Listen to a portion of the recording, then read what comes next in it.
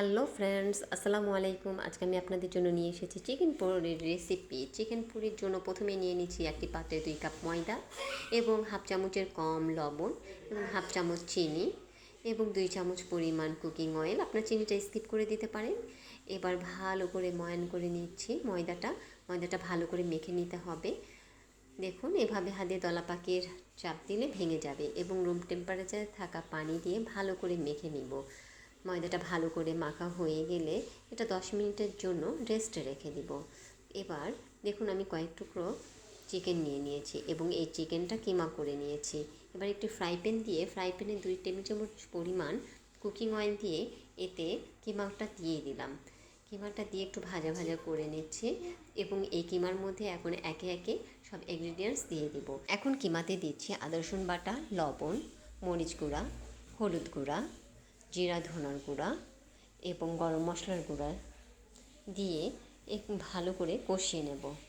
কষানো হলে এর মাঝে হাফ কাপ পরিমাণ পেঁয়াজ কুচি দিয়ে দেব।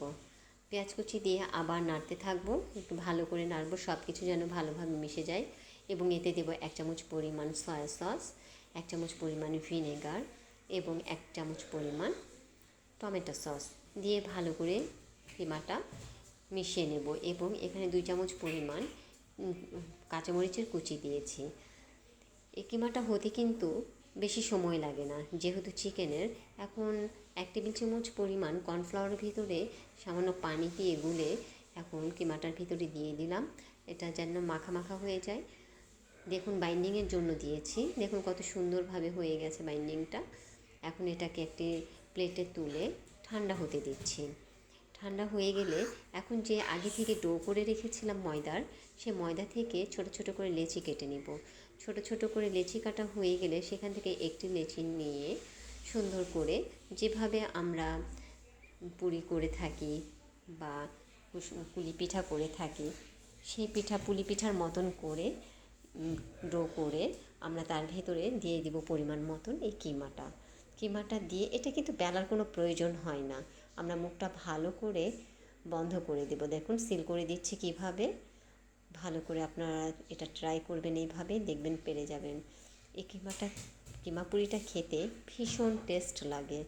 আপনারা একবার বাসায় অবশ্যই ট্রাই করবেন এবং লাইক কমেন্ট শেয়ার করবেন। প্লিজ চ্যানেলটাকে সাবস্ক্রাইব করে দিবেন।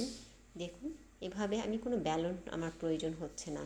হাত দিয়ে আস্তে আস্তে করে আপনারা একটু হালকা ময়দা ছিটিয়ে দিয়ে আপনারা এভাবে প্রেস করলেই দেখবেন সুন্দর আমাদের চিকেন পুরি রেডি হয়ে যাচ্ছে।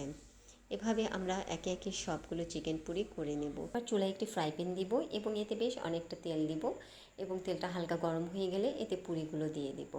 পুরিগুলো মিডিয়াম আঁচে ফ্রাই করব।